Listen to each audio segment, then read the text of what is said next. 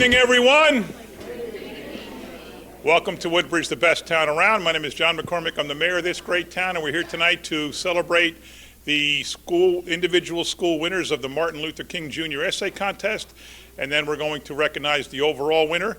Now, the mayor and council have nothing to do with judging this. I'm just letting you all know. But that's okay, since all your kids won, or you wouldn't be here, so that's good. We have a lot of big shots here tonight. I'm going to take my time and introduce everybody. Let me start with the town council. To my right, Lizbeth DeJesus is a councilwoman at large, and she is the council president. Next to her is Debbie Meehan, councilwoman from the 5th Ward of Colonia.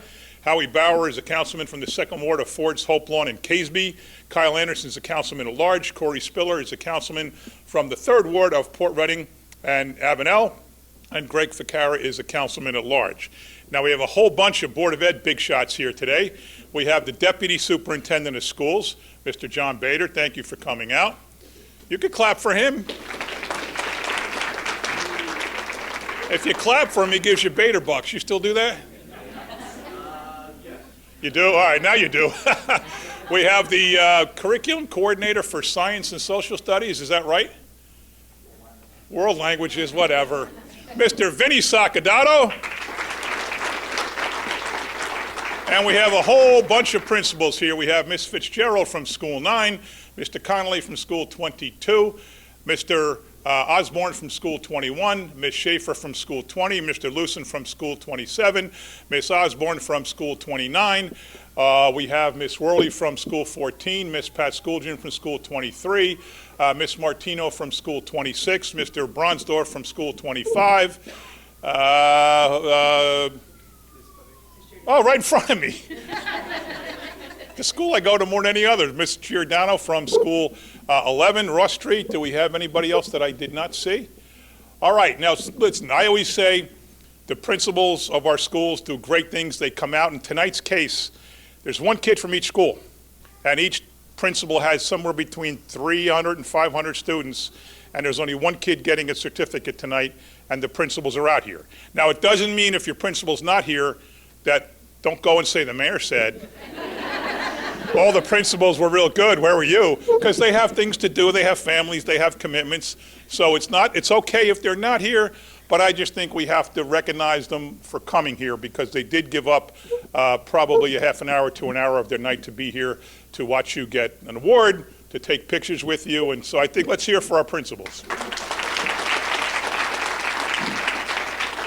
So what we're going to do is we're going to call everybody in school order, and you come up, you get your certificate, you can stand behind me, and then the winner's going to come up and get their certificate and then read their essay, and then we can take pictures all you want. We'll take group pictures for the mayor's Facebook page, which is really cool that you're on the mayor's Facebook page. If you get discovered by a talent agent, I want 10% of whatever you get, all right? So let's start with School 1, Lakshanya Prabhu.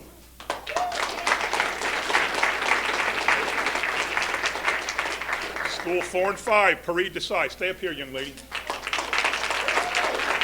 a second for each one. We point individual photos. Oh, individual photos, okay. Then we'll do the group. I got it. All right, then you want to stay here 1 minute. Open that up. We'll open that up, then we can take individual photos. Okay, so let's do this. I wasn't aware that was the plan, but it's okay. We could adapt on the fly. Now come on over in front of me here. Oh, that's good. Thank you. There we go. Now you hide my belly. Good. Good job. Now slide over there. Slide to the left. Don't do a crisscross, though. Pareed Desai, 4 and 5. Come on over. All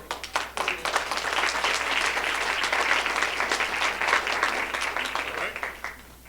Next we have Daniela Bechtold from School 9.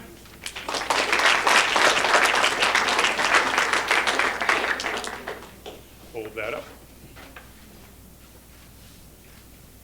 If the parents don't get them, we'll stick around. We have a meeting at 7. We have plenty of time. School 11, Taylor Kalua? Kalua?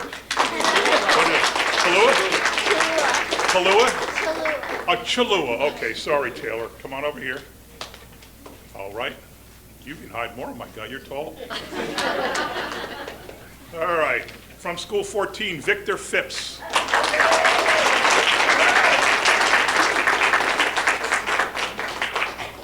Boy, man, you got dressed up for the occasion. Look at that. Where'd you rent the suit? All right, Victor, thank you. From School 18, Sazri Madasamudram.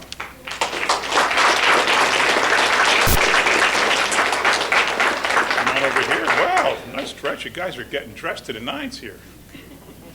All right. Next up, we have from School 19, Anaya Clark.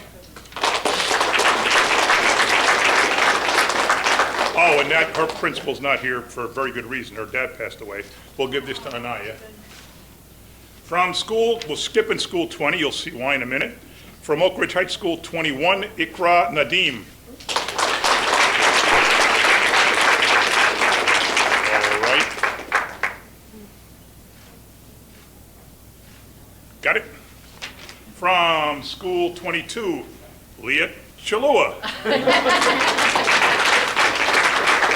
Are you guys sisters? No? Cousins. I was going to say sisters wouldn't be in different schools, would they?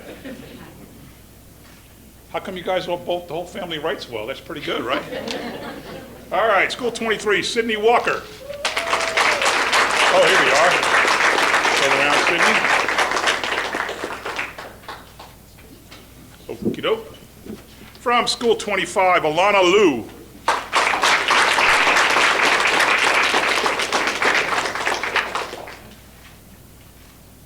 All right. Who? Oh, Vera Patel is here. Councilman from the 4th Ward of Island and Menlo Park Terrace. Just in time for an Island school from Ascenic School 26, Prisha Kandari.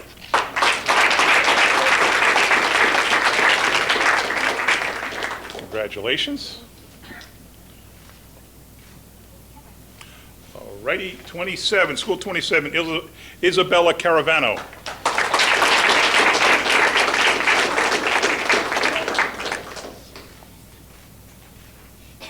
All right, School 28, Kiara Searles.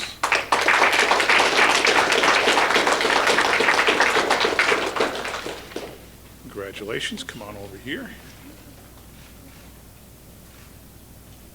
You got a lot of fans out there. And from School 29, Talon Sharma.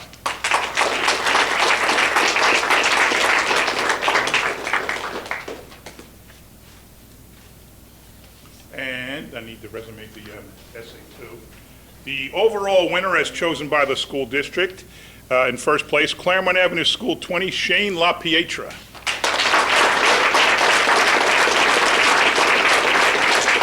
May I start with that?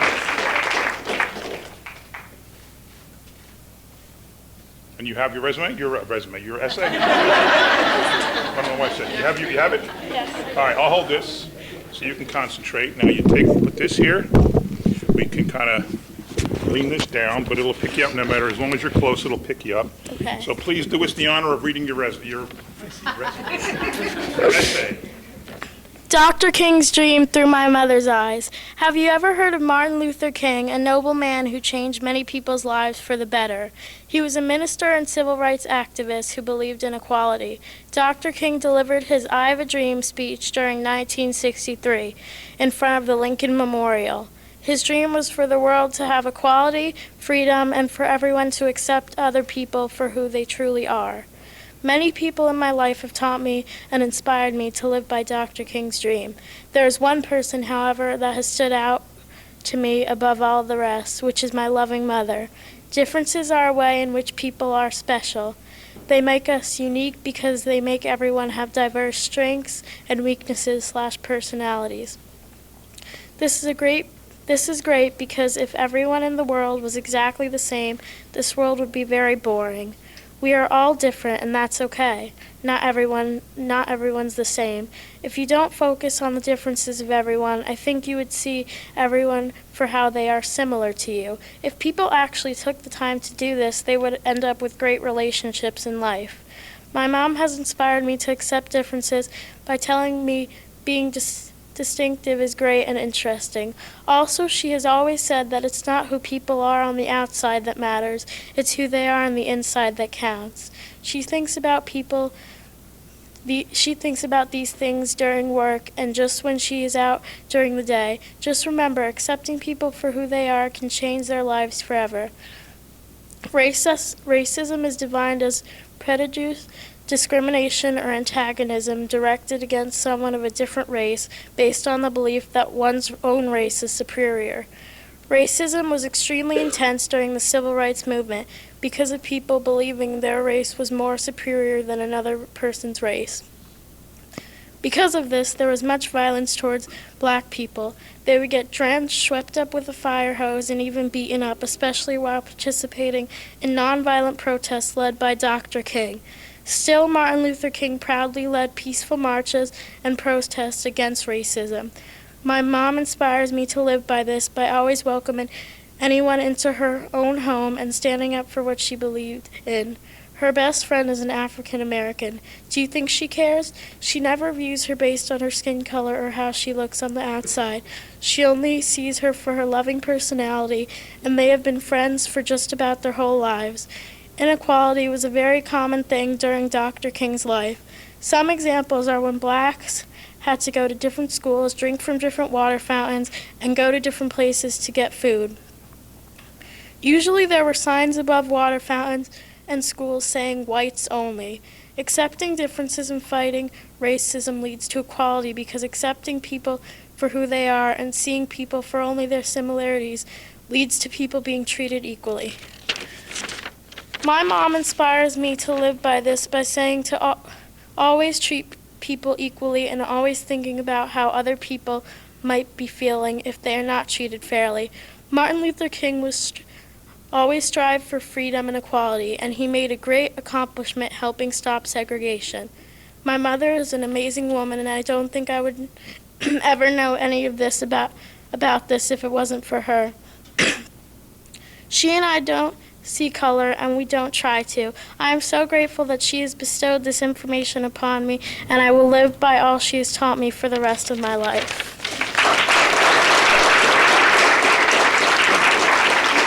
Nice job. Good job, man. All right, I don't know who the judges are, but they made a good choice. That was terrific. That was absolutely terrific. You know, the ability to take what's in your head and put it down on paper is amazing. It's something you're all going to have to do pretty much the rest of your lives. You're not going to get out of middle school if you can't write essays and term papers. You're not going to get out of high school if you can't write. And you're not going to get out of college if you can't write. And any job you take, you will have to write at some point. I'm an accountant. I'm a numbers guy. You'd be shocked how much when I was an accountant I had to write about how systems worked. I did writing as much as I did numbers. If you're a doctor, you're going to have to write. If you're a policeman or policewoman, you're going to have to come back from a job and write down the report of exactly what happened. Any job you have, you're going to have the skill that you've already just shown you have in 3rd, 4th, or 5th grade. So it's terrific that you've done that. So congratulations to all of you. Yeah, well. Oh, School 19 came in. Anaya Clark. Come on up, Anaya.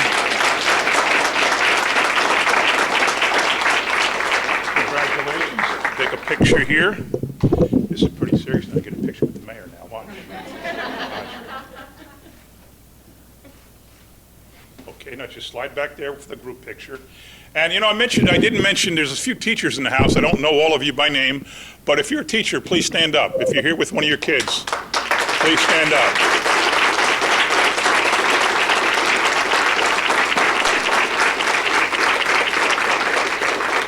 That's also pretty amazing. It says a lot about our school system. So what we're going to do first is we're going to have all you guys get a little tighter, and we're going to take a group picture of all of you.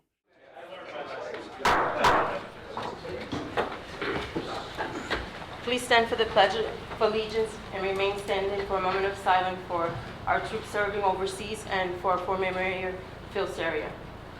I pledge allegiance to the flag of the United States of America and to the republic for which it stands, one nation, under God, indivisible, with liberty and justice for all.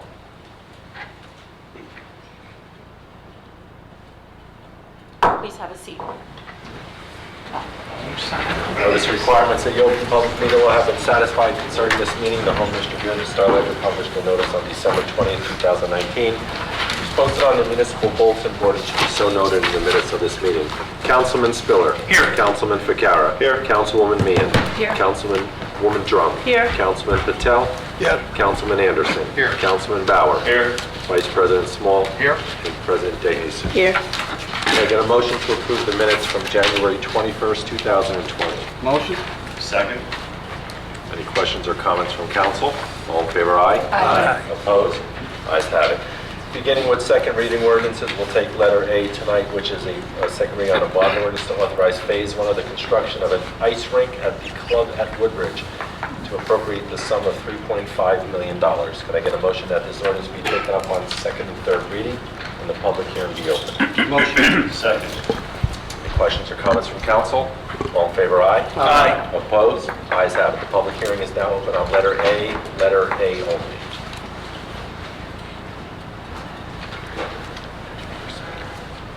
Hello, my name is Darryl Warner. I'm a member of the Executive Board of the Little Fellas League of Colonia, as well as the Master Scheduler and Safe Sport Coordinator for the Woodbridge Wolfpack Hockey Club. I just want to touch a little bit on the opportunity that we have in front of us with the growth of hockey that's taking place in the country right now. We currently are in a position where we can expand our existing program, which is already one of the top programs in the state. By having this opportunity in front of us, we were able to bring our kids from across the street, train them at an updated facility, as well as enhance some of our other programs that we have. We want to start some more girls programs with the Wolfpack. We also want to enhance our special needs hockey program. There's also large revenue streams that are in place for the township. Hockey, like I mentioned earlier, is in a big boom. Adding a second rink will give us an opportunity to host national tournaments where teams from all over the country will come over and take advantage of the new facilities and the current facilities that we have. What this is going to do, the location that we're at, with Woodbridge being by all the major byways in the state, people within the state, people from all up and down the northeast corridor will be able to make their way to our special events. These events will be huge revenue streams, not only for the Wolfpack organization, but also for the township, because it's going to bring people into the hotel facilities, it's going to bring people into the restaurants, it's going to be people into all the shopping facilities. So this is a great opportunity. My son is a part of the Woodbridge Wolfpack Hockey Club. He's been a part of it for 4 years now. He loves it. All the kids are looking forward to this expansion, opportunity to train and continue to develop at an A1 facility. Thank you. Thank you. Are there any other comments this evening? Yes, good evening, Colin Harris, Forts, New Jersey. Before going into my questions on it, I just want to take a moment to congratulate Council President DeJesus on her re-election. In fact, everybody's re-election on the council, and also to your elevation as the new president of the council. It was very nice listening to the gentleman speak, and he touched on several of the things that came to mind when I was thinking about this as a business opportunity, and that's how I'm looking at it. It's not the emotional side, although I do know that we need activities for our children to keep them growing in both mind and body, so I very much appreciate that. With that said, it still gets down to matters of dollars and cents. And again, the projections were mentioned, but I don't know what they are. So was a business plan actually showing the projected use of the rink prepared, and if so, by whom? Mayor? No formal business plan was prepared. We have the experience we have with our rink, which is enough to tell us what the second rink will do. Thank you. Well, how do you then justify what are the costs versus what are the expenditures and what is your projected revenue stream? We don't know the cost until we actually get in there and get the architecture work and the engineering work done. All we can say is for the last 5 years, the rink at the Woodbridge Community Center has grossed an average of $950,000 against a cost of less than $500,000. So that is nearly a $500,000 profit on a rink that's 18 years old. I'm very confident that we will at least do that much, and we've already, just by virtue of the story being in the paper, we've already gotten dozens of phone calls from entities that would like to use the rink when it's built, which probably won't even be for another year and a half. Would this rink be the same size as the current one? Because it isn't set by a standard for play? NHL-sized rink. Okay. So how much more would you suspect? If you're saying $960,000 on the old rink, would the new one be approximately the same, greater than, hopefully not less than? But let me finish the question. You also are asking tonight the council to approve $3.5 million, but you said earlier you don't know what it costs until you build it. I don't know what it costs until we do the engineering and the architecture. The money right now, the 3.5, will get that started, and it'll be the first phase of construction. And once we know more, we will have a second ordinance to bring before the council in several months. So that will go to preliminary engineering and then into some early phase of construction. Is that not correct? Yes, and as noted in the story, this is money that's coming from the recreation utility. It is not anything that's coming from property tax dollars in Woodbridge Township. That's accounted for in the current fund. They call it the current fund. Some people call it the general fund. This is all paid for by the Recreation Utility Fund, which is primarily the operation of the Woodbridge Community Center, not just the rink, but the pool, the gym, the roller rink, everything upstairs, and also the club, which is not just the future rink, but racquetball and memberships and the golf den and the sport court and everything there. So we've done very, very well with the club since we purchased it, and in fact, we thought maybe the community center would be impacted negatively. They both are up significantly. The Woodbridge Community Center had 4,341 members on October 1st when we bought the club. Now it has 4,889. It's up 548 members in 16 months. The club at Woodbridge had 1,801 on October 1st and now has 2,464, an increase of 663. So that's 1,200 members in 16 months. We clearly are on an upward trend, and as the gentleman said, with hockey and the boon that is, and what that means to the area, we have no doubt that we can afford to borrow this money and pay it back with proceeds from the rink and the club. Yes, and that touches on my next question. When you say paying back, what will this add to the total bond debt now under the utility? It will add $3.5 million to the debt. Right. How much then does it become the grand total of total bond debt that the utility is covering? This is considered deductible debt. It's self-liquidating in the rec utility, so it will not add at all to our net bond debt for the entire township. So to be clear, the club as it now stands and the Woodbridge Community Center are totally self-funding, and you don't need money from any other source because they can pay their own bills. That's correct. Okay. Then why are we bonding? Why are we borrowing money? To pay for the construction. If I don't need to go out and use my credit card, I don't go out and use my credit card. If I can pay cash for something because I have a revenue, can I finish? Thank you. No. If I have a revenue stream coming in, I don't need to go out and use a credit card and put myself into debt. And you're going to have debt on this bond, are you not? We don't have $3.5 million in cash. What is the length of time on the bond? What is what? What is the length of time on the $3.5 million bond that you're proposing? It will be determined by bond counsel when we're ready to issue the bond. So you don't know that either? We don't know that, and you never know that when you issue So a we're bond just ordinance. approving $3.5 million, and then we'll figure out what we're going to do with it It could later. be combined with several other Thank ordinances, you. and all the different projects have different useful life, so we cannot say what it will be until the bonds are issued. Are there any other comments this evening on letter A only?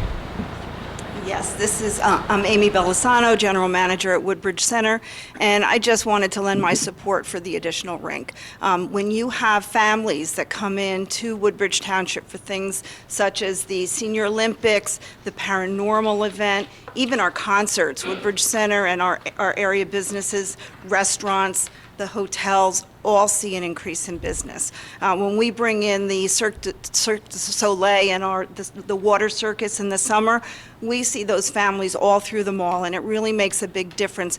We need to keep attracting business to Woodbridge Township to breathe life into the restaurants and the retail, and that it's a cycle, and we can't stop. So this is very helpful in making Woodbridge a destination and continuing on towards the future and really cementing that ability to draw people to this area. So I thank the township for considering this opportunity.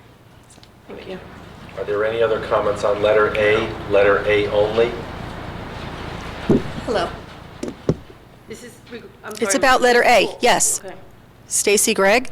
I'm coming for something else, but I looked at your agenda and I saw that you were spending $750,000 on letter A, which is your bond, the bond ordinance. You're looking at doing $3.5 million on a bond regarding the construction of an ice skating ring. I just saw the other part on the agenda of the meeting that talked about the award of $350K and then close to like $349, similar.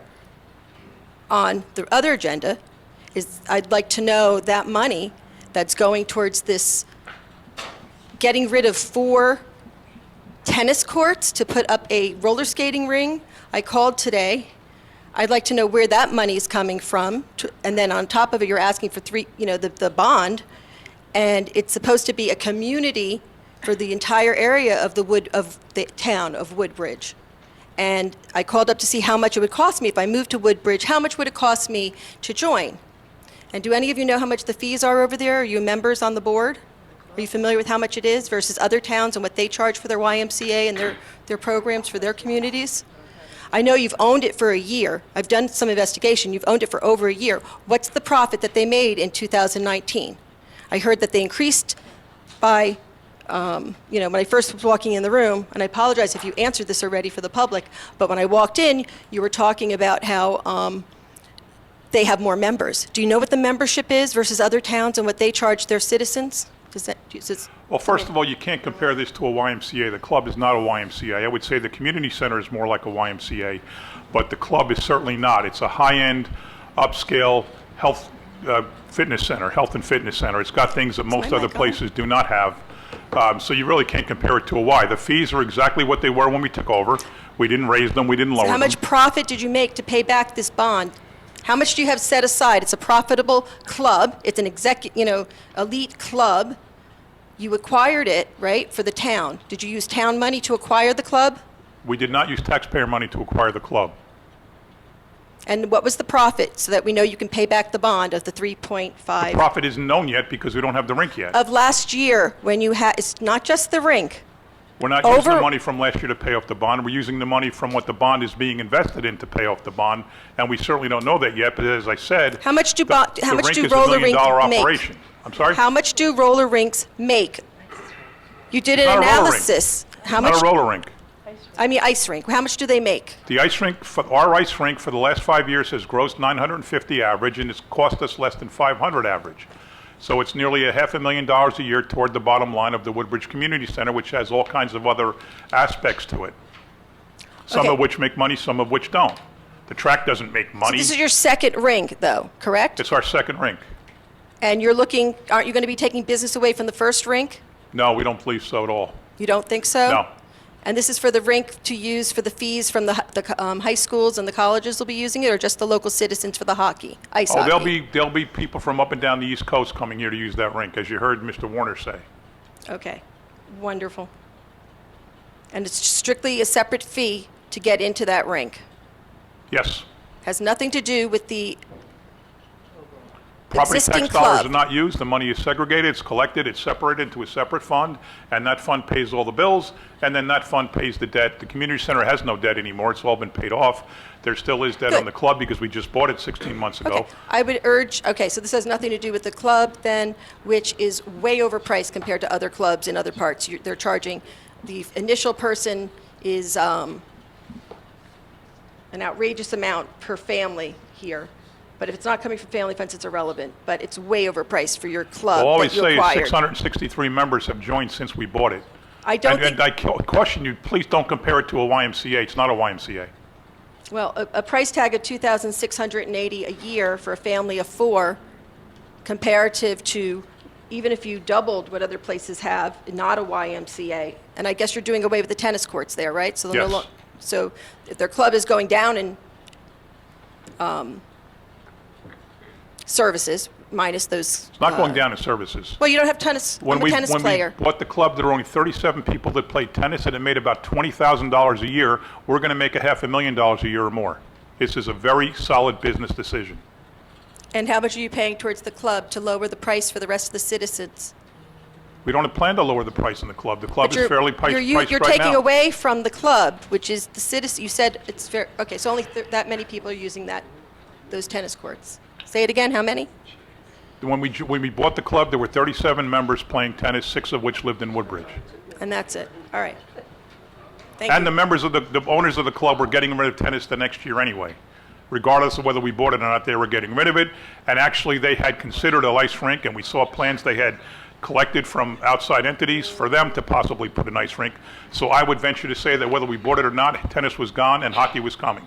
Can I ask a question that's not about the bond, that's about the money that's being spent, that's on the agenda, about the golf, about the, Well, we're on ordinance A now, so if it's another item on the agenda. It's only the bond. Then you have to wait until we thank get you, to that ma'am. item. Thank you. Thank you for Thank your answer. Are there any other comments on letter A only? Good afternoon, or good evening. My name is Scott Harris, 40-year resident of Woodbridge Township. Just wanted to voice my support for a second rink. I have 2 kids that play travel hockey through the Woodbridge Wolfpack Wolverines. I've been blessed with 2 goalies. One is a female, one is a girl. She's going to be going into high school next year. And as Mr. Warner mentioned, building a second rink will help develop a girls program. This would definitely help my daughter out. As of now, she's playing with the boys. She's very competitive, but again, give her the opportunity if a program's built for the females, for the girls, that she'll be able to, play within that program. Also give us the ability to have extra training. Practice time is very difficult. My daughter now practices at 9 o'clock at night. So again, having a second rink will give more opportunities for different flexibility with ice times as well. But again, just wanted to voice my support of a second rink within Woodbridge. Thank you. Any other comments on letter A only? Steve Strubolo. I'm also a resident of Colonia. My son has joined the Woodbridge Wolfpack at the age of 3.5 years old. Learned to skate, did all the different programs, things like that. I grew up in a football town. Football in high school, football in college. Hockey was a total shock to me. I have my in-laws to thank for that one, I gotta tell you that much. But the one thing that did come out of it is customers for life. My son will be probably 15, 16 years old when he stops going to play for Woodbridge. And at that point in time, I put a lot of money into it, and there's nothing better than it. It's, I can't believe as a football guy I'm gonna say that it builds camaraderie for the children, bonds that last a lifetime, and the revenue that it will generate for everyone and the training and everything else that comes to fruition because of having the ice time. We won't have to wake our children up at 5 a.m. in the morning. It's gonna explode, and it's gonna take it to the new level for the program and for the township. Again, customers for life. What business could ask for more than that? Thank you, but I would just like to say that maybe he'll play a little longer because we have a joint team, our high schools, so he could play high school hockey. Any other comments on letter A only? I'm Coach Rotella. I currently coach the Township Ice Hockey Program, which we just mentioned, so definitely look forward to having your son. Look, I've been around for 12 years when the high school league started. The first time we had a Woodbridge Township program, and we had a massive influx of players. Hockey has ups and downs, but we're looking at another influx, and we need the facilities to facilitate that. We have a bunch of kids coming up right now, and the hope is that we go back to independent hockey. And I think with another rink, you're going to have that. You're going to have 3 high school teams competitive again, as opposed to having a township program. And I could definitely say from my hockey experience, another rink, I mean, you're opening up the door for showcase level events for colleges, tournaments for travel programs, even high school. You're going to have tons of holiday tournaments over the holiday breaks.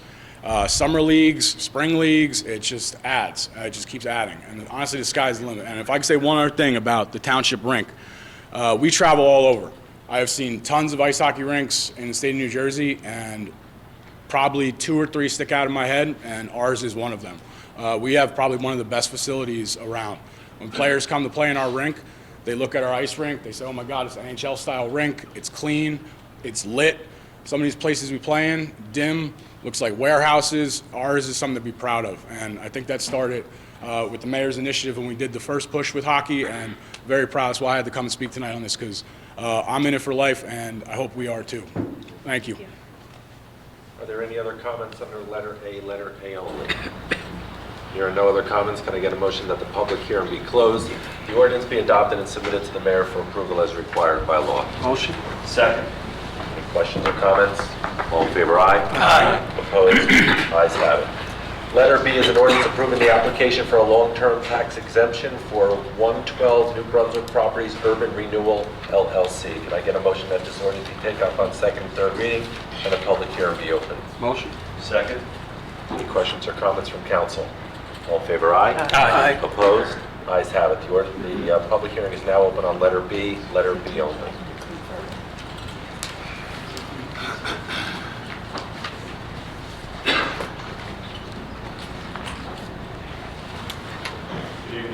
Tom Maris, Forest, New Jersey. One of my other favorite things is long-term tax abatements. Is this a pilot program? No. Yes. Oh, yes. What's being constructed there? It's a small storage facility. Multiple storage A facility? small storage facility. And this is going to be on New Brunswick Avenue? Yes. So there'll be increased commercial traffic then for the trucks and so on? Because we already have the apartments that are in there. So what is the value of that long-term exemption? Mayor? Well, first of all, you can't say there'll be more traffic. I don't know what was there before, but whatever it was certainly generated traffic, and now this is going to be a short storage facility, which will also generate traffic. So to say there's going to be more, I don't know you can make that statement. I can't. The taxes on it were $18,249, and now the taxes will start at $317,990. That's probably 16 or 17 times the amount of taxes that we would have gotten had it stayed as it was. Well, you say $18,000. Was that on abandoned property and it wasn't being used? Or was I it do not know what commercial? was there before. You know, you throw these numbers around, and I wish you had some backup for them. They're right in Make it the a lot agreement, easier. the pilot agreement. It's right there. They are legitimate numbers. I don't That have is what the I don't have taxes were. a copy of the pilot That agreement is in what front the of me. taxes You don't were, attach it to any of the information you put $18,249 out. the last year as whatever it was, and now when it's built, it's going to be $317,990. We hear that all the time about pilot programs. Oh, look what it's going to bring in. But the real other side of that is what it's costing the taxpayers. It doesn't Because cost there the are tax taxpayers abatement. anything. We get There's more money already a from lot of pilots than we complaints would about get New from Brunswick basic Avenue being taxation, too much and that's why traffic we're able over to there with afford the all the new great things we do apartments. for the schools. Can we talk together? We can maybe do a duet? No, you say something, I'm going to respond. Thanks. Yeah, I'm responding back. And I'm the one up here asking the questions right now, so thank you. And I can respond.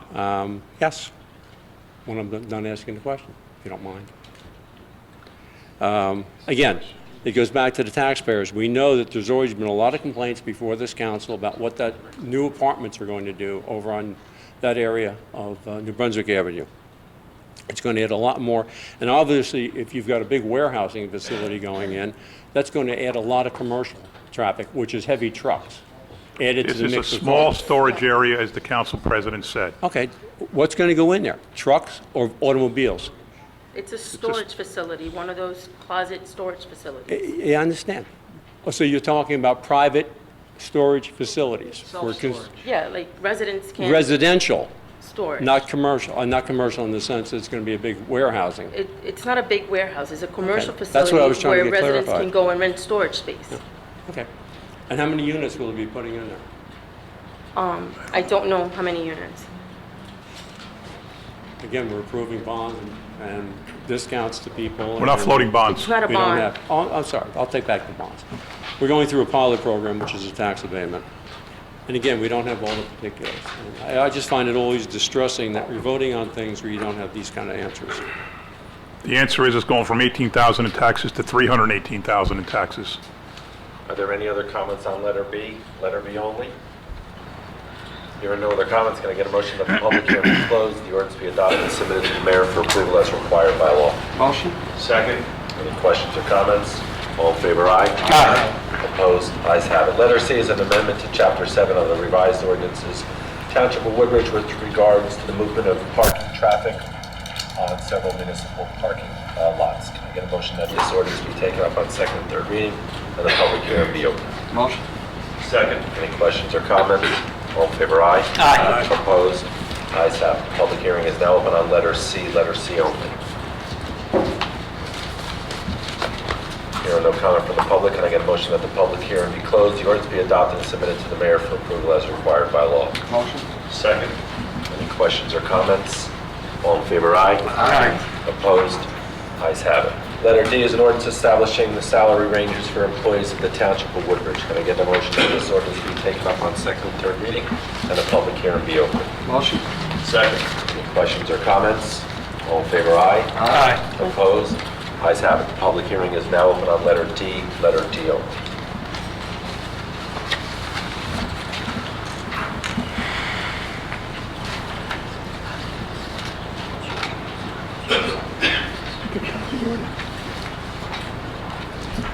Sorry, just to confirm, we're on C or D. D. D. D is a David, thank you.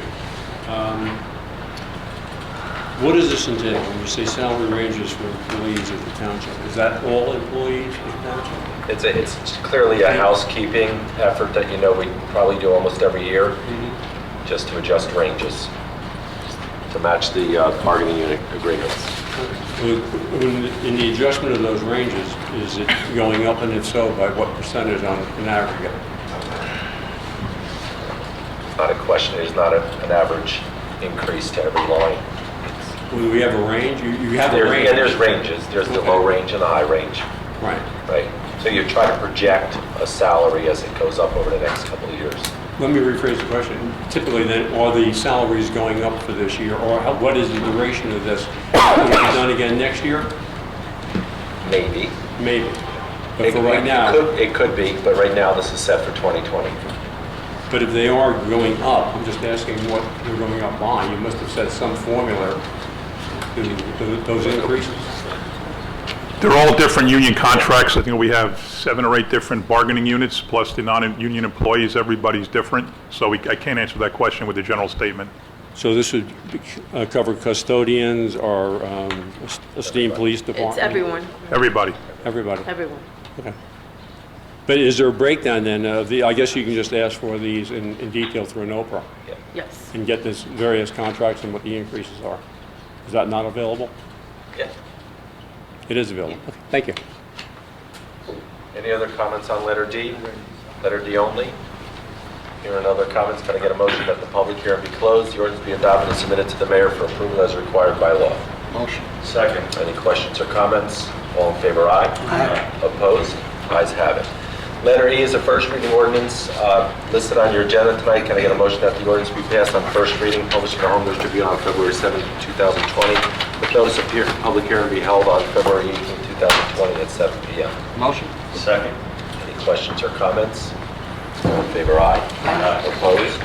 Ayes have it. Resolutions listed tonight are numbers 1 through 20 inclusive. Can I get a motion to approve them by consent? Motion. Second. Any questions or comments by council? Mr. Rich, I abstain from number 20. Thank you. Any other comments? Mr. Mish, I'd just like resolution number 13. I'd like to thank the mayor and administration for working so hard with the county to get the pedestrian flashing beacon at Daniel Street and Port Reading Avenue. It's going to help that area out a lot with the pedestrian traffic. Madam President, if I could comment on number 2. Yes. Since it involves the club at Woodbridge and a lot was talked about tonight, there's a billboard there that we got title to when we bought the club. It was making money, but we decided to try to go out and make it into a digital billboard. We were successful. We had a bid process, and we're awarding in number 2 a bid to Outfront Media for digital outdoor advertising. It will give us a minimum of $78,000 a year for 10 years and then $90,000 for the next 10. That's like getting $1 million now. So if we did buy the club for $7.5. Basically now we bought it for $6.5 because we're going to get $1 million back from just one simple billboard. We're going to get $1 million back. Thank you. Thank you. Okay. We will now move to the public portion of the agenda of the meeting. Please approach the microphone if you like. State the area of the township you live in, and there's a 5-minute time period.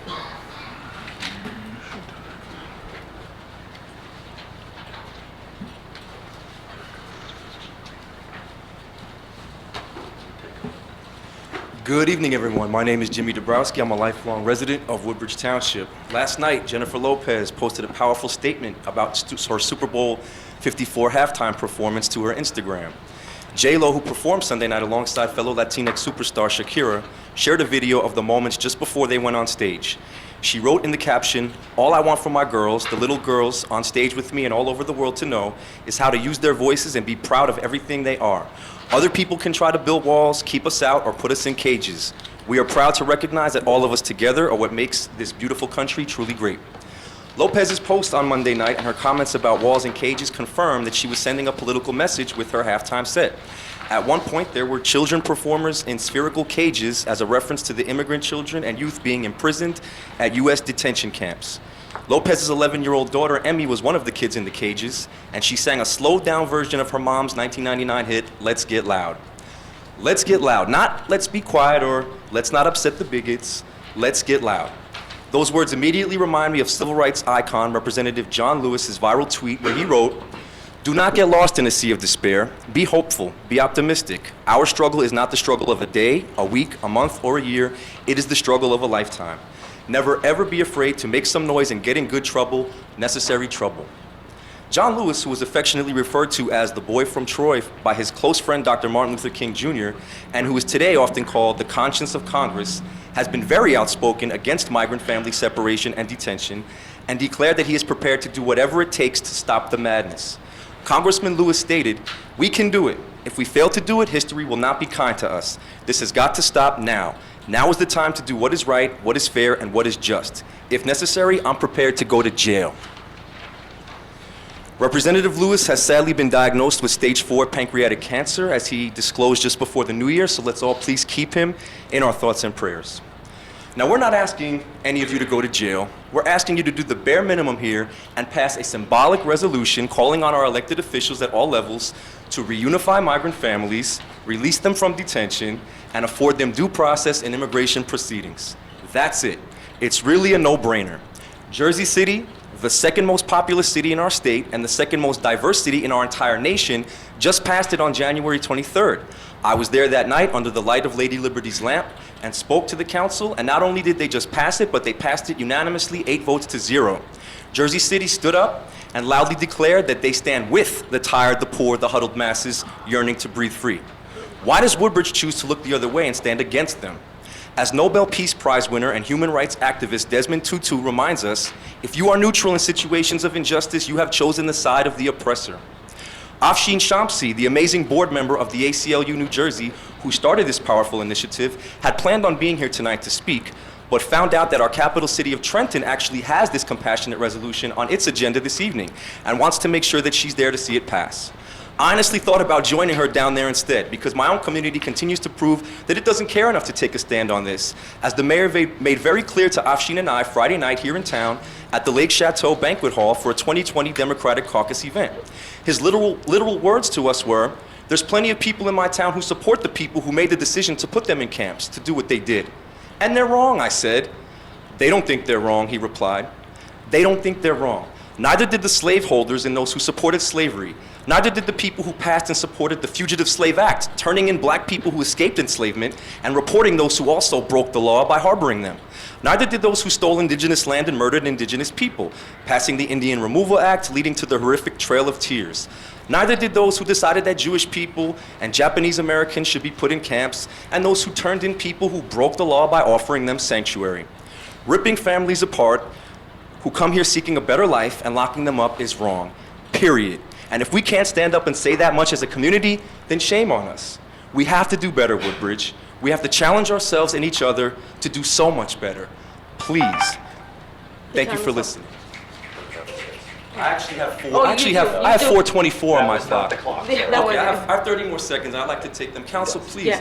Last time we spoke passionately, no one acknowledged us. It was very hurtful. We hope that this time, after we speak, council members will actually talk about it. Why not? Like, don't be scared of the mayor not wanting to take a stance. Have the courage to take a stance. Somebody here.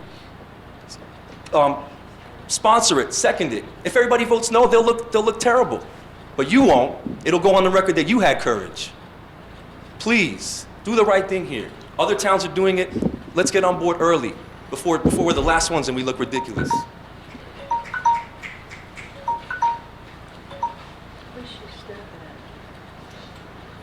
Good evening, Nadia Rakowski, Hoboken, New Jersey, also First Lieutenant of the Hoboken CERT team, and I know that your coordinator, Lowell, passed away recently, so my sincere condolences. I'm a proud member of my community and proud to help out, and we are very active and diverse. Actually, I thought we were quite diverse. And I looked up the 2010, luckily we have a new census coming up, but I looked up the 2010 census in Hoboken, and we're 82% white, which I couldn't believe in Hoboken. 15% Latino, 7% Asian, and only 3.5 African American. I was quite shocked about that. And because I knew I was coming here tonight, I looked up Woodbridge census from 2010. Congratulations, you're much more diverse than Hoboken. might be a move coming up for me, but you're only, quote unquote, 59% white, 22% Asian, 15% Latino, and almost 10% African American. What a great community you have here. And I hope everyone feels safe here, because about 3 years ago in Hoboken or in New Jersey or anywhere I was going, I stopped feeling safe due to the travel ban and many other things that was going on, because while I may not look like one or act like one or sound like one, I am one. I am an immigrant. I've been here 28 and a half years. I still don't have my citizenship while going through legal procedures. Luckily I help things around in Hoboken and in Hudson County as well. I recently came across a Nelson Mandela quote, which is about poverty, but it could easily apply to immigration. Poverty is not natural. It is man-made, and overcoming poverty is not a gesture of charity. It is an act of justice. So we have to bring justice to these families who have been separated, and many of them didn't do anything wrong. They came here for refuge at port of entries, which is not illegal. And if they did something wrong, under the American right, under the Constitution, they have the right to defend themselves in the court of law. Innocent until proven guilty, correct? So while they try to defend this civil disobedience, being undocumented as a civil disobedience, a parking ticket, why would anyone ever take away their child from a parent? It is appalling, it is disgusting, it is un-American, and it is inhumane. And for those who are still, against helping our brothers and sisters seeking refuge, here are 2 further examples. The 5th Amendment of the Constitution states that no person, not citizen or immigrant, but no person shall be deprived of life, liberty, or property without due process of the law. And even if you were to argue that being undocumented were a criminal offense, well, the 6th Amendment states that in all criminal prosecutions, the accused shall have the assistance of counsel of defense. That's the United States Constitution. So I'm here asking you, please, to put forth this resolution and sign it. Why? Well, I'm not an elected official. You are. And you actually took an oath to uphold the Constitution of the United States. So while I understand that the immigration is a hot topic and that immigration is not a local level issue, with all due respect, your census says otherwise. But most importantly, ladies and gentlemen, we're all just human beings. I urge you to be on the right side of history and to speak out against these atrocities. I'm from Germany, believe you me. Many were on the wrong side.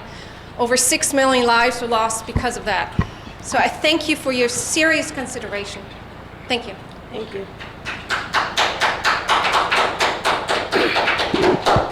Are there any other comments this evening? If I may point out, please, to the speakers, if I may point out to the audience, I didn't want to be rude or interrupt the 2 people that spoke. While doing so, please do not video them from where you are. If you want a video, you can stand in the corner over there. Okay. May I ask why we can't film from our seat?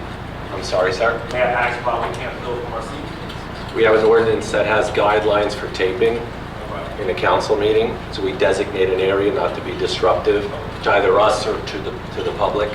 At the end, I would like to see that. Sure, absolutely. Thank you. No, they're fine. Is that the area? No, right where the young lady is. Sir, yeah, if you can, where the young lady is standing. Thank you. So the ordinance stated that we have to be in that area too?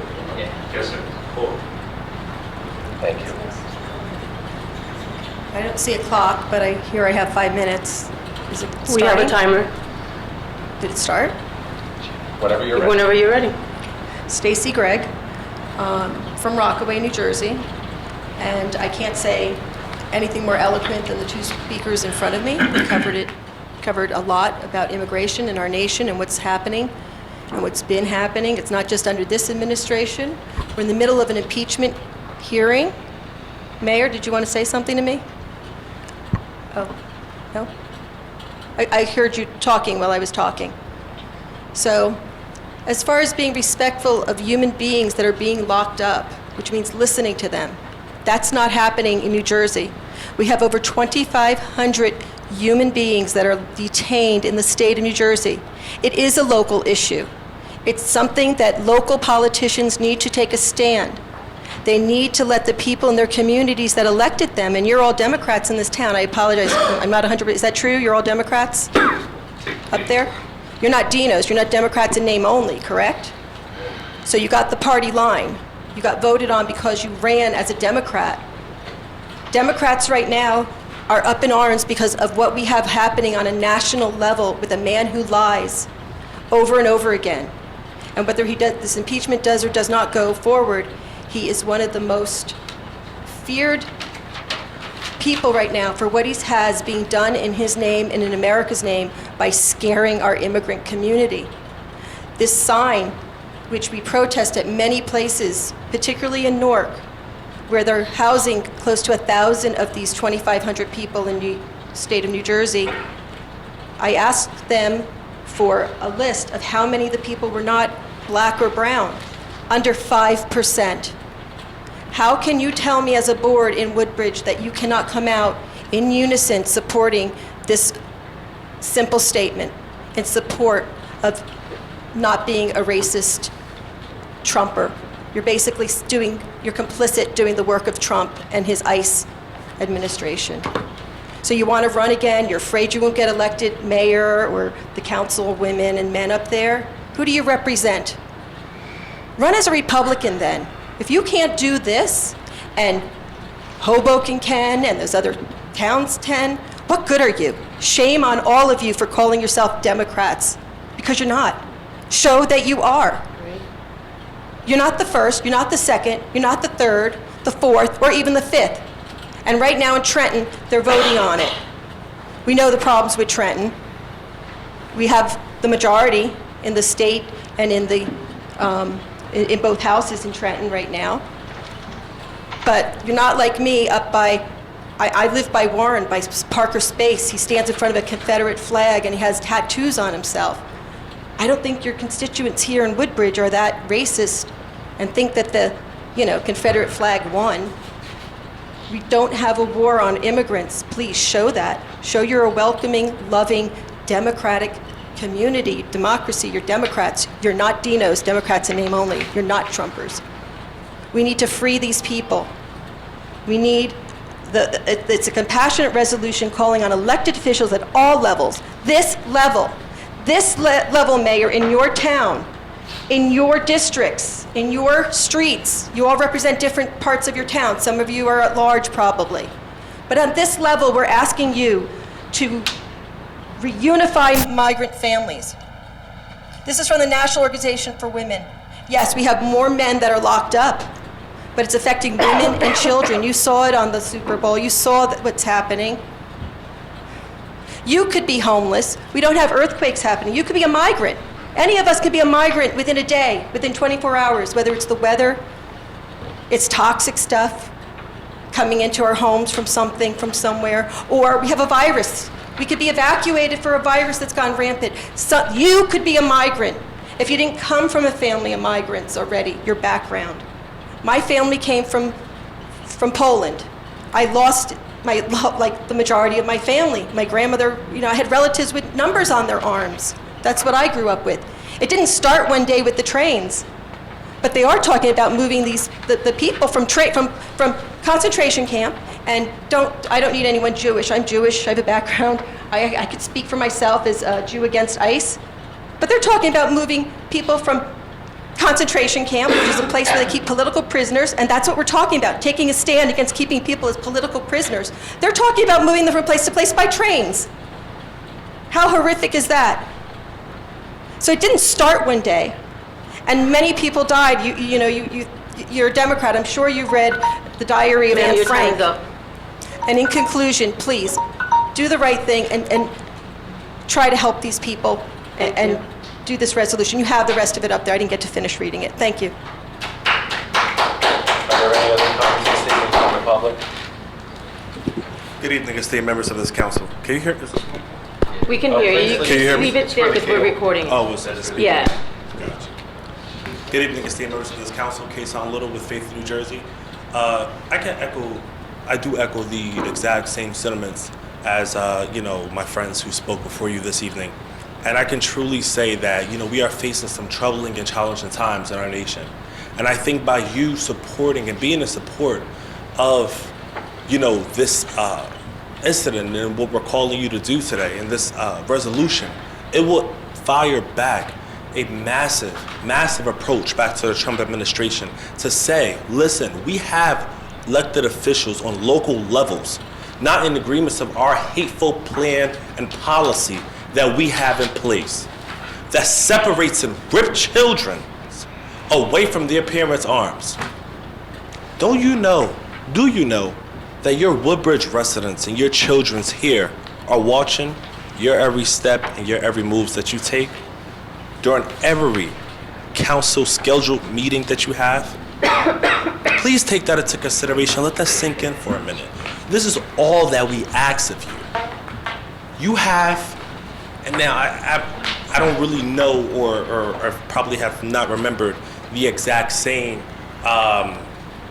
statistics that's shown. However, yeah, he wants you to record over here. Guess you're invading their space.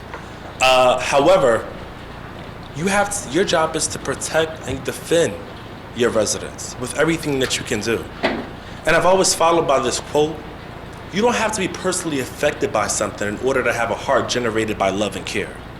Do the right thing and be on the right side by defending not only your constituents who are not of Hispanic descent or not from other countries. Your job is to protect all. All means all. Am I right? I believe it does. So that's all that we ask of you this evening. I urge you, I literally beg you to support this. And I shouldn't have to beg any of you. But I guess that speaks volumes and it sees, who will let, this kindness flow out of the kindness of their heart, or who will show the love that will flow out of the kindness of your heart, or just during blue flow. We already know the mayor's stance on this, but the council members, you have an opportunity and a responsibility to defend your residents, and please just know that your community is watching you. And that's all we ask of you, is to, again, adopt and create and sponsor this resolution into place. And just know that this will go a very long way. I don't know what's roaming through your minds and thinking that maybe it's just a piece of paper, it's a policy here, it can't do nothing. It will do a lot. It really will. So I really, again, I'm asking you to have a heart, to sponsor this resolution into place, and vote on it. Assemblyman Speaker Coughlin, I hope that you do that at the state level. It's things that you can do that will play and that will shape this nation, but starting here locally, down a wonderful, wonderful route. But remember, it starts locally, and it starts with someone who has a heart and who says something is wrong. Let me take that first step. Let me take that stand first. Because remember, it takes one to reach one. Thank you. Are there any other comments this evening? Yes, good evening, Tom Maris, Port New Jersey. I'm going to speak to that in a moment, but I want to get one question in. It goes back to the rink, and my question with that really is, if it is such a great, viable commercial operation, why is it not being put out for an entity that would be a private entity that would be then paying taxes and bringing revenue into town? All other things being equal, that they would bring in the business, they would enhance hotel travel, or occupancy, the restaurants, all of that is a given. But would they not then be bringing money into our coffers rather than going into bond debt to pay it, however that may be paid? So I don't know if the mayor would like to answer Madam that. President, we tried that when the first rink was built, when the community center was first built. We had two private operators of it. We had United States of America, which ran the roller rink, the cafeteria, and the ice rink. And we had the YMCA of Edison, Woodbridge, South Amboy, and Metuchen that ran the gym, the pool, the track, the cardio room, the exercise rooms, the weight rooms, etc. Neither one worked out well. We probably, I'd say 8 years ago, So we got rid of USA Skates. That's when we, I hate to say discovered Vito Simaluka, but that's 10 years ago maybe. We put Vito in charge of the ice rink because of his vast knowledge of ice rinks, because of the fact that his son's a national caliber college hockey player. So he ran that, and then he turned it around and ran the whole center, and now he ran the whole rec department. Now he's the administrator. So we tried that with an independent company. It didn't work. We took it over, and we do far better. The YMCA didn't quite work out, and we took that over, and now we do far better. It's pretty simple. If you have a private entity, they make money. And yes, we collect property taxes, but that's also an expense that they have to make more money of because they pay the property taxes. You can't ever convince me that if a government can do something well, it's better off than the private sector doing it, because we eliminate the profit motive. What they make, we make, and then some. So the results are in. The community center is profitable. The club is profitable. This, to me, is a simple decision to spend money to make money. And I'm an accountant, and a lot of you are business people, and you know you have to do that. We're going out. We don't have $3.5 million in cash, and we're going to need more millions to get this done. We don't have that in cash, so we borrow. You borrow to buy your house. That's what everybody does with a fixed asset. We borrow to fix roads. That's what we do. And we pay it back, in this case, with the money from the rink. It's simply a sensible business decision, and the private sector is not an answer. We tried that game. It didn't work.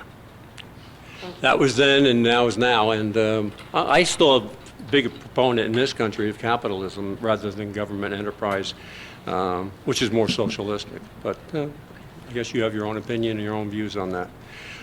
Going back to the ladies and the gentlemen here, they were rather eloquent. And I don't think there's anybody here that doesn't feel sorry for people that are trying to come to this country and get separated. Because the separation is caused by the laws. And the laws are set under the Constitution through United States Congress. And if Congress ever gets back to work one of these days, maybe they will finally address this. This isn't just a Trump issue. It was an Obama issue. It was Bush issues. It was the Clinton issue. And there's plenty of rhetoric to go around. The only thing I would say is, yes, we should be as kind as we can be to anybody that's in distress. That said, I would also encourage this council and this state to stay out of that type of an endorsement. I think it's something that needs to be pressed with the United States Congress. Let them fix the laws, let them change as necessary immigration policies. But until such time as they do, you are charged with upholding the Constitution, and within that, those laws. Thank you. Thank you. Are there any other comments this evening from the public? Hearing none, no other comments, can I get a motion to close this portion of the meeting? Motion. Second. Any questions or comments? All in favor, aye. Aye. Opposed? Ayes have it. The public portion is now closed. Going to the agenda session. On my agenda, first I want to acknowledge that earlier this evening, we recognized several township students that were honored on their essay submissions on the remembrance of Dr. Martin Luther King. And it is with that spirit of remembrance, as we enter Black History Month, that we recognize the sacrifices, contributions, and achievements of the African American community. Now I'm going to move on to my agenda. Item number 5, police community relations. This week, they will be starting classes at the 2 high schools for their police interaction class. They will also be starting a new boys mentoring group at one of the high schools for at-risk youth. And they will be taking new officers on a tour of the medical examiner's office. Next week, starting February 10th, they will be starting to circulate applications for their senior police academy that will be held in May on Tuesdays. And again, this is a great program for any of our seniors that have any questions regarding our police department, how it works, to be a part of. Again, the applications will be coming out, and the academy will be held on Tuesdays starting in May. They will also be starting a new mentoring group for boys and girls in one of the elementary schools, and they will continue with their police interaction class. Moving down to item number 14, the Girl Scouts. Give me a second. This Saturday, February 8th, JFK is hosting their varsity game at 11:30 and their JV game at 10 a.m. In a joint effort to honor, recognize, and applaud the achievements and participation of girls and women in Woodbridge Township, the girls' basketball programs of Colonia High School, John F. Kennedy Memorial High School, and Woodbridge High School will participated in the first ever Lead Her Forward basketball games, which were last Saturday, and this is the last game this Saturday. We are cordially inviting all Woodbridge Township girls recreation, travel, and school sports team to join at the game. Again, it's this Saturday at JFK, starting at 10 a.m. And it was, Councilwoman Nancy Drum was there, so was I. My daughter plays for Woodbridge High School. And it was just a nice showing of township young women and past athletes, and they were celebrating. Admission will be $2 for children, adults pay $4, and all of the donations will go towards the National Girls and Women's Sports Foundation. Item number 16, Summerfest 2020. Will be held Saturday, June 6th. If you enjoy the 350th anniversary celebration, then I guarantee that you will be thrilled with Summerfest 2020. So far, performing will be Real Diamond, which covers Neil Diamond at 4 o'clock, the B Street Band at 6 o'clock, and the Outlaws at 8 o'clock. And we are still working to make it a memorable event. Again, this is Saturday, June 6, 2020. Census 2020. Abril 1, 2020, el día del censo. Del 12 de marzo al 20 de marzo recibirán una invitación para responder al censo electrónicamente. También recibirán la invitación por carta. Del 16 de marzo al 24 de marzo recibirán una carta acordándoles que llenen el censo si no lo han hecho todavía. Acuérdense que el censo es muy importante porque el dinero va para los programas para los adultos de mayor edad y para programas de los niños. Census 2020, fiesta.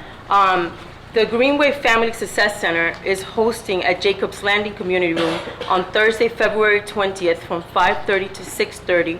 It's food, games, and fun, and it will be a whole information on Census 2020. Again, it's Thursday, February 20th from 5:30 to 6:30. It will be held at the Jacob's Landing Community Center. You can call to register 732-527-3400. The Greenway Family Success Center is also hosting a Census 2020 job fair, Feria del Trabajo Census 2020. It will be held on Wednesday, February 26th from 3 to 5, and miércoles, febrero 26 de 3 a 5. Again, it's for anybody that's looking for a job, 18 and older. If Census 2020 is hiring, there will be informations. You can apply for the job there. And again, it's Wednesday, February 26th from 3 to 5 at the Greenway Family Success Center. Again, call 732-527-3400 for any other information. That is all that I have. Thank you, Council Vice President Small. Thank you, Madam President. On my agenda number 14, I just urge the public to once again stop at Mayor Mac's Cafe located in the Cypress Center on West Avenue, Port Reading. They're open from 10 till 2. Go get a delicious breakfast and lunch. And on a note, I want to congratulate Woodbridge High School boys bowling earlier this evening. They captured the GMC County Championship, so that's back-to-back years for Woodbridge, so congratulations to Coach and the boys. That's all I have this evening. Thank you. Councilman Spiller. Thank you, Council President. Item 2 on my agenda. I'm happy to announce the coffee bar is close to opening inside the Arts Village. It should be operating within 2 weeks, located at 190 Avenel Street. This neighborhood coffee bar is where people come to enjoy and share their love of coffee, tea, hot chocolate, enjoy a gourmet sandwich, or treat yourself to some warm pastries, cookies, and dessert. The ambiance is high class and calming, designed to provide a place to relax and unwind. The space is ideal to meet and mingle with many, grab some lunch, schedule a meeting, catch up with a friend, sit at the bar, and chat with others as you work on your laptop. So now, within the last 9 months, we've opened Curtains, which is right next door at 150 Avenel Street. Several weeks ago, we opened Feed Your Soul on Roe Avenue, and now shortly we will be opening the coffee bar. So getting a lot of good spots in the Arts Village Avenel area. Speaking of the Arts Village, APAC Avenel Performing Arts Center, there's still time to get your tickets for this Saturday, February 8th. Team LeGrand presents Comedy Night. All proceeds will benefit the Team LeGrand Foundation and the Christopher and Dana Reeve Foundation. For tickets, you can contact 732-314-0500. Again, that's this Saturday. Team Eric LeGrand Comedy Night. Item number 8, the Hollywood Motel on Route 1 has undergone extensive renovations on both the inside rooms and the exterior, entire exterior. New facades, siding, and lighting really has brought its image up. I drive by at night to see the lighting. Soon they should be in a partnership with a flag hotel chain, and the Hollywood name will change and continue to upgrade its image, and continues our desire and belief to redevelop the Route 1 corridor to make it Woodbridge standard. Item number 9, the Avenel Fire Department is having their annual spaghetti dinner Saturday, February 15th from 5 to 8 at the Avenel Firehouse in Avenel. For tickets, you can contact Chris at 732-803-1524. The rest of my agenda is in order. Thank you, Council President. Thank you. Councilwoman Meehan. Thank you, Council President.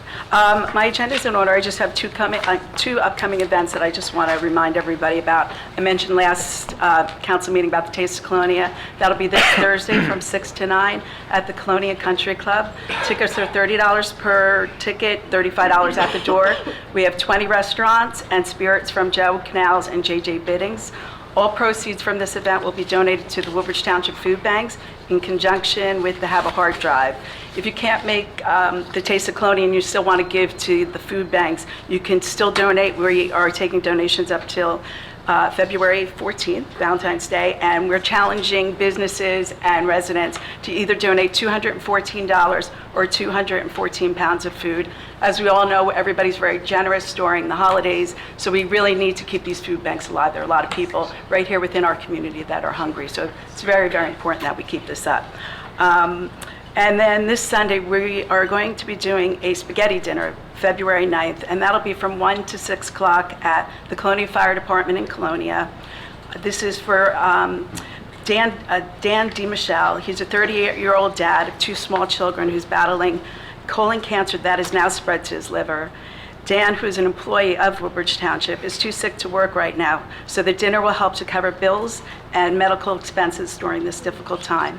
The tickets are $10 and can be purchased that day at the door. We have we're also raffling baskets, we have live entertainment, we have plenty of things for the kids to do, so football's over, it's Sunday, it'll give you something to do, and it's a great way to help this young family. So if you can come out and support them, please do. And that's all I have this evening. Thank you. Thank you. Councilman Anderson. Thank you, Council President. Most of my items are in order, but I would like to make mention on a few events. The NAACP meets every third Monday at 1 Olive Street, Perth Amboy at 7 p.m. They have some revitalized membership, and they're looking for new members. Please stop down. And they're very active, and they're also very active with the Census 2020. Regarding the MLK event, the essays, I'd like to say that the kids and the families that were here are representative of also our town and our teachers. There were many the assistant superintendent, many principals, and a number of teachers that were here to support those kids. And the young man that read his essay, I thought it did a phenomenal job reading his essay. It was nice to see the diversity of all the children. The boys were outnumbered by the girls, so I think the boys got to step their number up, in their writing. The boys there were about 20 girls and about 3 boys, but a very passionate essay that was read. So I just want to congratulate the school district on holding that event. It's important, and we need to make sure that Dr. King's words are never forgotten. Regarding Black History Month, there will be a Black History Month event at the Independent Club of Colonia on February 23rd at 3 p.m. at 400 Inman Avenue at the Evergreen Center. And that is being sponsored, as I mentioned, by the Independent Club of Colonia.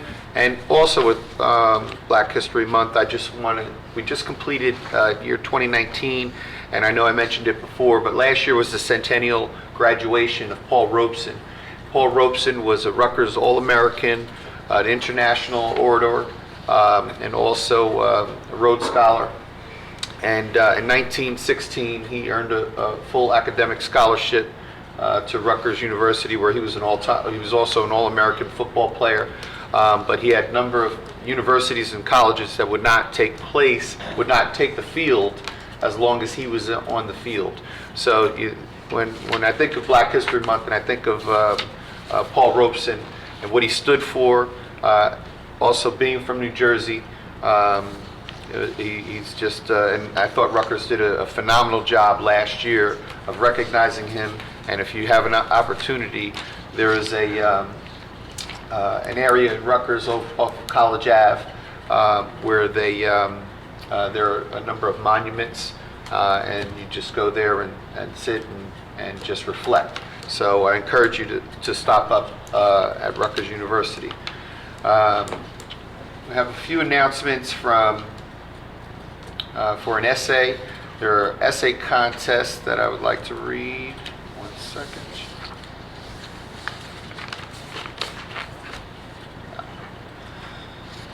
Freeholder Director Ron Rios. This is for scholarship. Freehold Director Ron Rios Charity Trust Fund is offering high school scholarships. So his office would like each district in the county to share this information with their guidance departments. So if he's interested in granting one scholarship to each high school in the amount of $250. The question that must be answered is how you can make a positive change in our community or our world. If you have any questions regarding this essay contest, you can email Carol Facone, that's CarolFaccone @hotmail.com, or you can call her at 732-570-4849.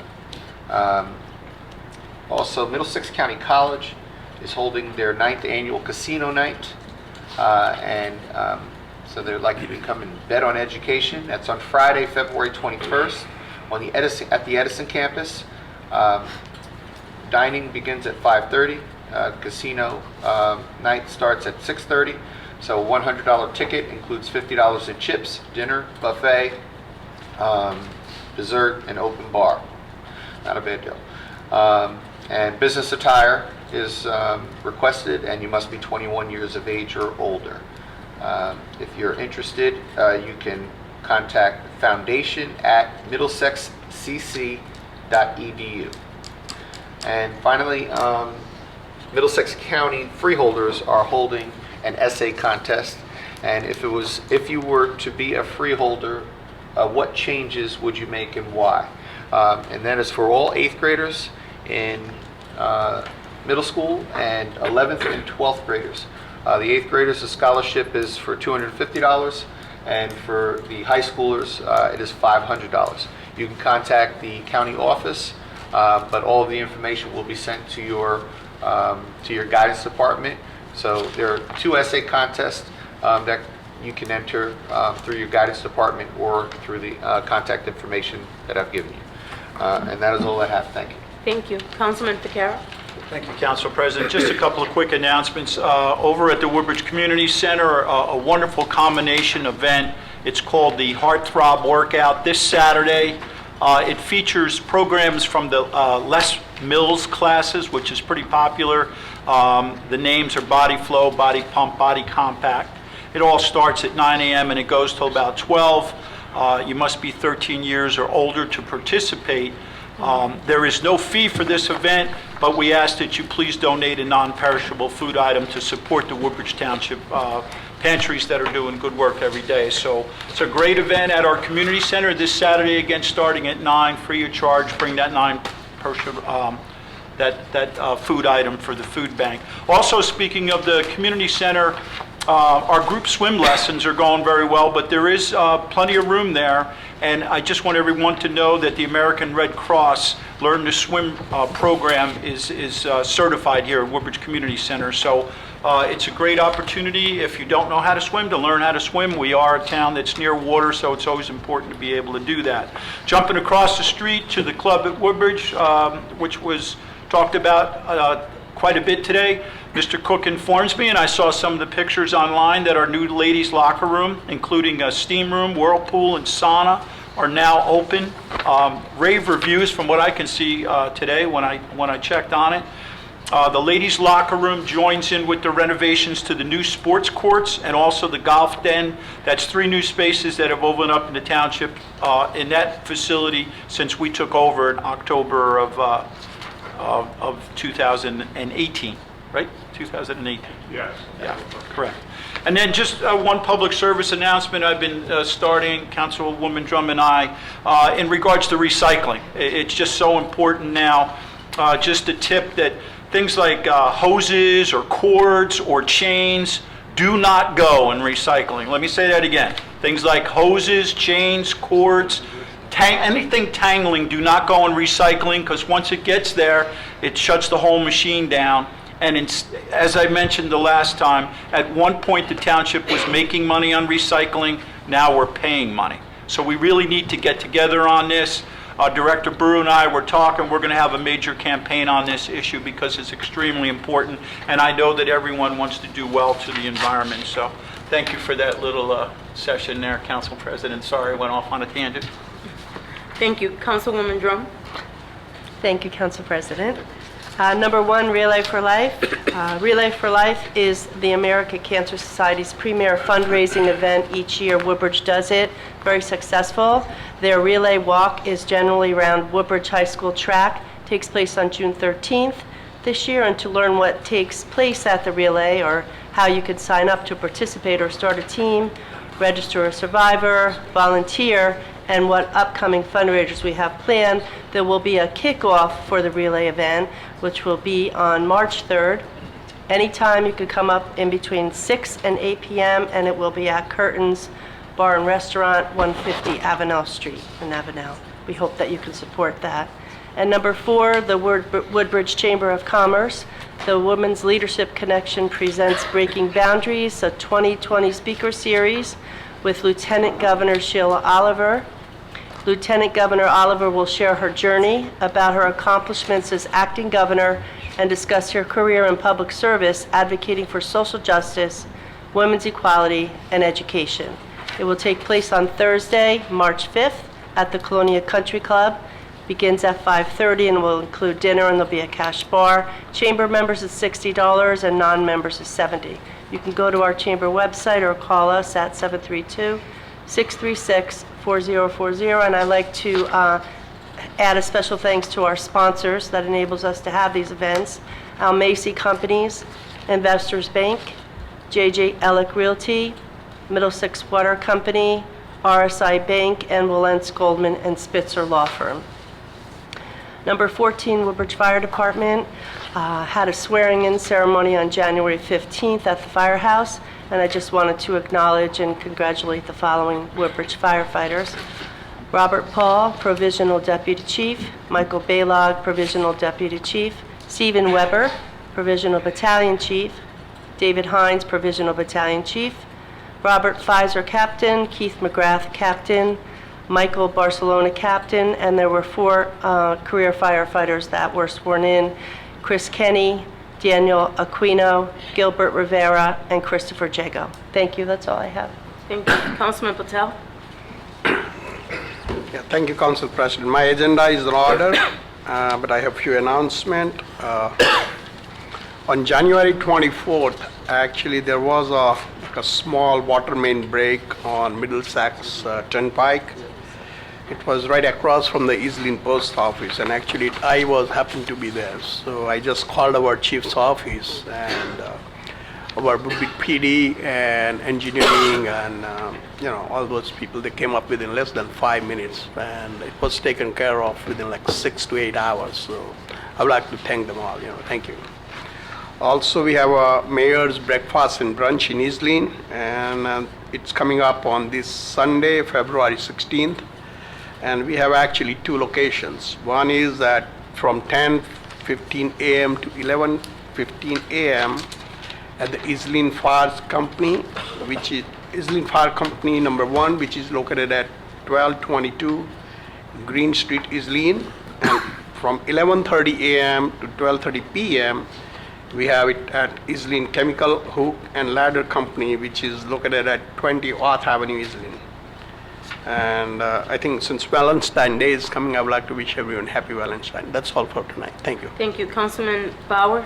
Thank you, Council President. My agenda is in order. I'd just like to add on to your family, Green Bay Family Success Center, where many free programs are offered every day. It's a community gathering place where families find fun, information, and support.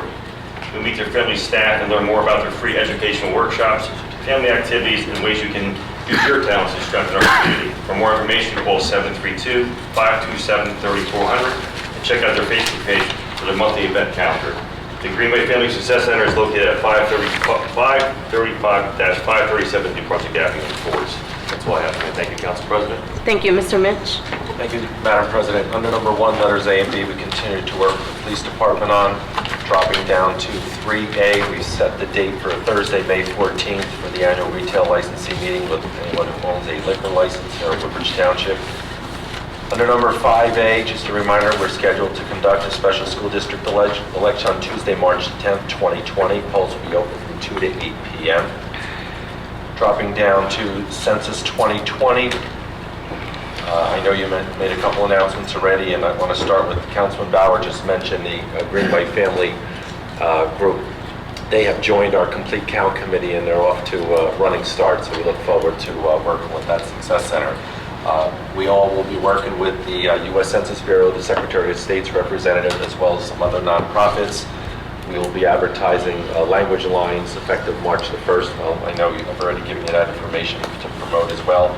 Our intention is to have a very significant PR campaign during the month of March for the April 1st Census Day, and we've coined the hashtag Be Counted in the Best Town Around. So our efforts hopefully between now and April 1st will be very productive Census Day celebration. Thank you. Mayor?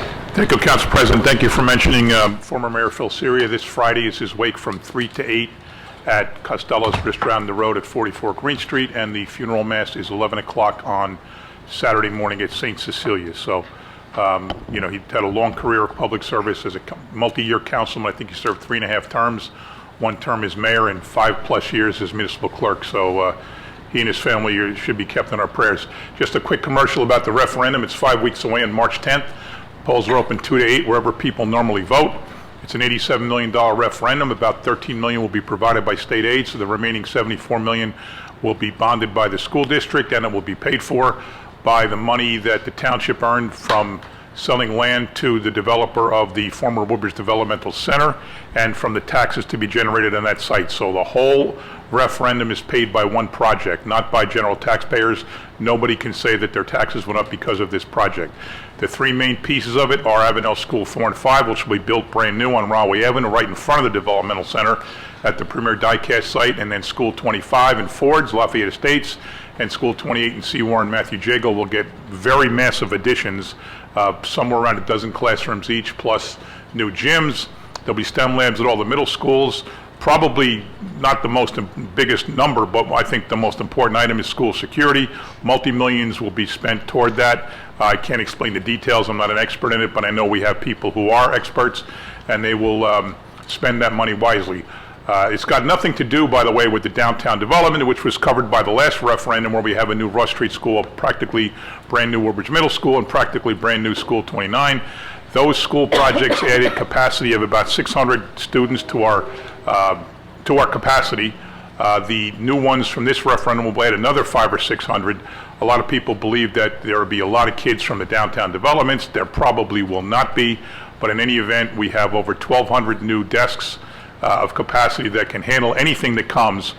The 2 projects so far in Island and Avenel have brought in 58 kids out of 500 apartments. That's barely 10%. Even if we have 4 times that, which we won't, we'll have plenty of capacity for any new kids that are generated. I should note, I became mayor 13 years and 3 months ago. Right about now, we have less kids now than when I became mayor. Literally less kids now. So there is no threat really that when adjusted for kindergarten, there is really no threat that any projects will overburden our school capacity. They simply won't. Even with the 58 kids that came from the 2 new projects, we still have less kids now than we had 13 years and 3 months ago, and compared to 15 years ago, we have thousands less. So there really is no issue with capacity. I want to make sure that's clear. whatever comes, whatever kids come from any developments, we'll educate them, we'll welcome them, but there won't be an issue with any place for them to go because there's 1,200 new desks and probably only a few hundred new students. So I want to make sure we keep getting that message out. It's very important that we pass this referendum. We'll never have an opportunity like this again. Towns all around us are putting referendums up with taxpayer money paying for them, and they're getting defeated.